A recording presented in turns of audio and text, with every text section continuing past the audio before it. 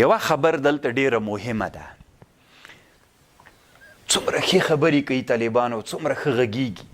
ابن خلدون وایي کله چې حکومت په دې مرضونو باندې اخته سو، بیا خصوصا د تنعم په مرض که حکومت اخته سو، بیا له دې مرضه جوړیږي نه. ښه خبر دا ده چې مخکې له مخکې څوک ونیول سي، مخې ونیول سي. څنګه سي؟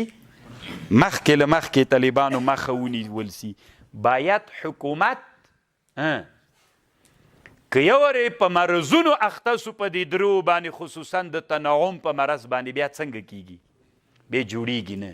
دا بیا داسې مرض ده لکه سرطان باندې چې له هغه نه سړی جوړیږي نه. ولې طالبانو؟ ولې؟ څومره ښه مثال ابن خلدون وایي. طالبانو یوه غټه کورنۍ ده.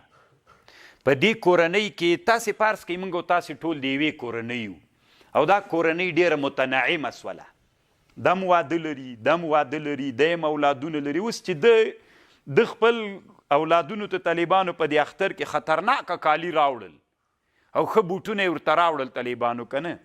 کور والا یې ورته وویلې چې رایوړه، پلانکي بوټونه بچي ته راوړه.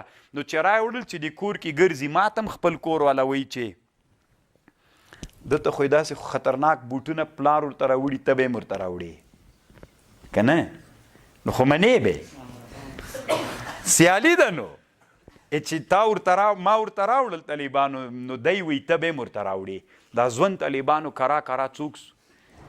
متنعم ژوند سو.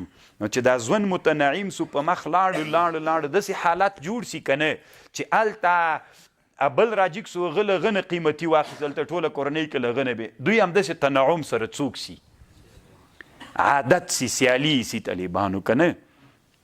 د چې میلمستیا زوی ته واده وکړه طالبانو، د دې کورنۍ کې د واده وکړه، د دومره خرچه کړې وه، دومره طلاوې وې. اوس چې دی زوی ته واده کوي، که هغومره خرچه ونه کړي په دې کورنۍ کې، پیغور ورکوي که نه ورکوي؟ که کلک پیغور ورکوي طالبانو. نو د پیغور د شرم د وجې نه دی هم باید د څوک سي؟ سیال سي. نو دا ټوله کورنۍ متنعمه سوه.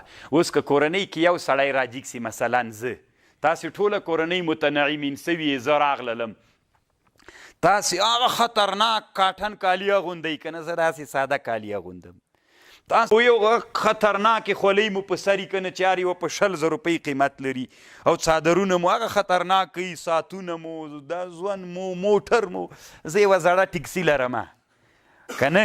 زاړه کالي مې اولادونو ته بس ما زه په لیلامي کې بوټونه واخلم، کالي ورته واخلمه. نو طالبانو زه خو به دا کار وکم، خو ما سره د ما کور والا بیا دا حالت مني چې ټول متنعم یې. هغه ماته وایي ته لیونی یې، ته به بزرګي کوې، د ما کالي خراب دي، ما ته اولادونه وایي ته څه کوې، مازغه دي خراب دي، ته به دا بزرګي کوې، ما به چاته نه پرېږدې.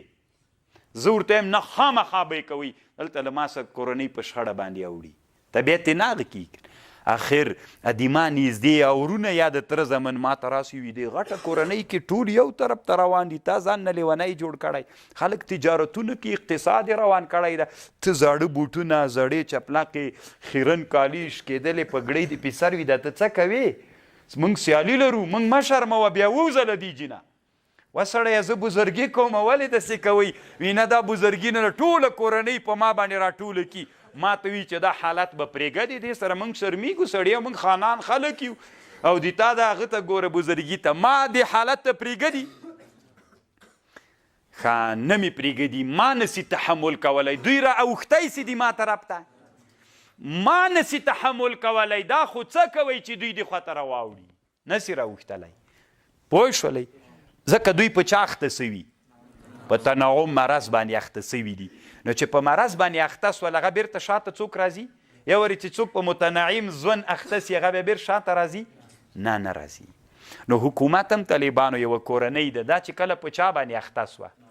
په تنعم باندې اخته سوله، متنعمین سول، نعمتونه یې ډېر حاصلول. نو هغې کې که اوس یو مصلح سړی په د حکومت کې راپورته سي، یا وزیر، یا شیخ الحدیث، یا وزیر وزرای، یا رئیس الوزرای، یا اقتصادي مرستیال، یا یو بل چې راپورته سي، چې اصلاح کوي دی ځان بزرګ بزرګ اصلاح کوي سړی کار اوس نه ورکوي خلک متنعمین سوي له پاسه خلک چېرته نه راکته کېږي کته نه راکته کېږي له کته نه پورته ځي له پاس نه کته نه راکته کېږي ځان مه ستړی کوه ښه خبرې وکړه ابن خلدون که ښه نه ده دی څه وایي حکومت چې په دې مرضونو اخته سو بیا له دې مرضونو خلاصېږي نه ښه خبر دا ده چې حکومت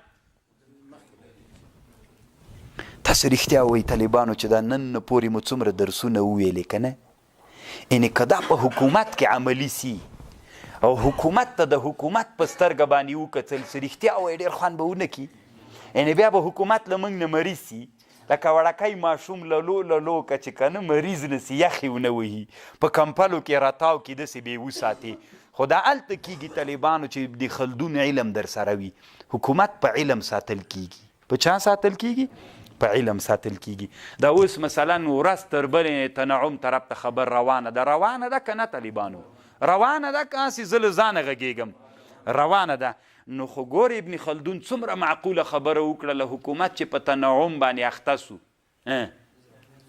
مړ کېږي ښه او چې ورې اخته سو که بیا وروسته راجګېږئ چې بیرته اصلاح کوئ بیا تنعم نه سړی کته نه راځي انسان پورته نه کته نه راځي خو له کته نه پورته ځي بیا دا مرض اصلاح نه کېږي نو باید حکومت مخکې له دې نه چې په دغه مرضونو باندې اخته سي مخکې له هغې نه د حکومت پرهیز کړل سي له دې مرضونو نه حکومت چارواکې چې حکومت دې کو نو اول چې ته وزیر سولې ما ته د دنیا دلته ثبت که عمر رضی الله عنه به ثبتوله وزیره ته چې وزارت ته راغلی څومره دنیا دي د څومره مځکې دي څومره کورونه دي دا ما ته ثبت که څو ودونه دي بس دی چې دلته که بله ورځ ته چې له وزارت نه لرې که نو ما سره د دارایي شریک که زیاته سوي که کمه سوي که همغومره ده که ثبت نه وي که نه بله ورځ چې وزیر و یو کور یو طالبانو اوس یې 5 کوره سول 20 جربه مځکه یې اخیستې 10 مدرسې جوړې کړي او 2 ودونه خو لري یوې مخکینی و دا 3 څلورم ته یې اراده کړې وه خو له وزارته لرې سو حساب چې نه وي پسې که نه تنعم ده دی داسې فکر کوي دا چوکۍ باندې او انسان خو طالبانو ډېر غشی ده دا اوس چې په چوکۍ دا 2 کاله 3 کاله هم په چوکۍ کینی رعیت سره کتاب سره دین سره چې ملګرتیا ونه کې سړی یاغي سي داسې نفس ورته وایي ځکه نه سړي پاچاهي ده ګټلې ده د وزیر څه د چا پلار یې که نه او څه کار دی د چا د سره څه کار ده ګټلې دی ښکوي چې دا ما د پلارو د نیکه ده هلته خو هغه ډېر نعمتونه په ده پرده راولي دی ښکوي چې د ما د پلارو د نیکه ده او د هېچا حق هم په دې کې نه سره خلک به خپل کار کوي ولا که مې له دې چې نه څوک لري هم کي چې لري کې بله ورځ ته جوالي خبر خو پوه شولی که نه نو دا د حکومت هغه طبیعي عمر سو